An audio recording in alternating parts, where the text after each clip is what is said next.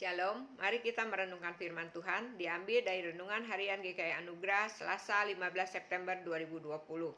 Bangkitkanlah aku ketika pengharapan sirna.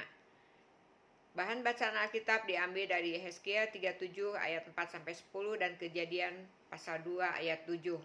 Ayat masnya berbunyi, "Lalu aku bernubuat seperti diperintahkannya kepadaku, dan nafas hidup itu masuk di dalam mereka, sehingga mereka hidup kembali. Mereka menjejakkan kakinya, suatu tentara yang sangat besar." Yehezkiel 37 ayat 10. Masih bisakah seseorang berharap di lembah kematian yang tidak ada pengharapan? Manusia perlu memiliki pengharapan untuk dapat menjalani dan bertahan hidup di dunia ini. Konon, manusia bisa bertahan hidup tanpa makan 40 hari, tanpa minum, mampu bertahan 4 hari, sekitar 4 menit tanpa udara, tetapi mati bila 1 detik saja hidup tanpa harapan. Pada suatu waktu, seorang teman saya yang sedang jatuh cinta kepada seorang pria bertanya, "Apakah saya boleh berharap? Dan apa yang harus saya lakukan dengan perasaan cinta saya, karena belum tahu apakah si pria idaman hati saya itu memiliki perasaan yang sama juga dengan saya." Saya menjawab, "Biarlah harapan dan perasaan cintanya berkembang sesuai dengan tanda-tanda dan respon si pria. Jangan menaruh harap dan perasaan cinta di hatinya lebih jauh dari respon atau tanda-tanda yang dinyatakan si pria." Jawaban saya ini mencegah agar teman saya ini tidak memupuk harapan yang mendalam secara sepihak terhadap pujaan hatinya. Saya berharap ia tidak bertepuk sebelah tangan atau putus harapan dan patah hati. Kita melihat ada orang yang bunuh diri hanya karena dia tidak melihat lagi ada setitik harapan yang sesuai dengan impiannya. Bagi umat perjanjian lama, tulang melambangkan kekuatan dan daya topang hidup.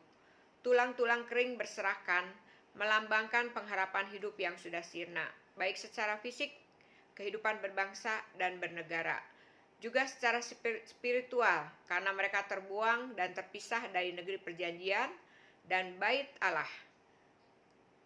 Dalam kondisi frustasi tanpa pengharapan ini, Nabi Yehezkiel diberi penglihatan untuk melihat kedahsyatan Sang Pencipta pada saat menciptakan manusia. Dari tulang-tulang kering yang sudah sirna dan tidak ada setitik harapan hidup, namun di tangan Sang Pencipta dan lewat firman-Nya, tulang-tulang kering itu diproses dibangkitkan melewati 2 tahap.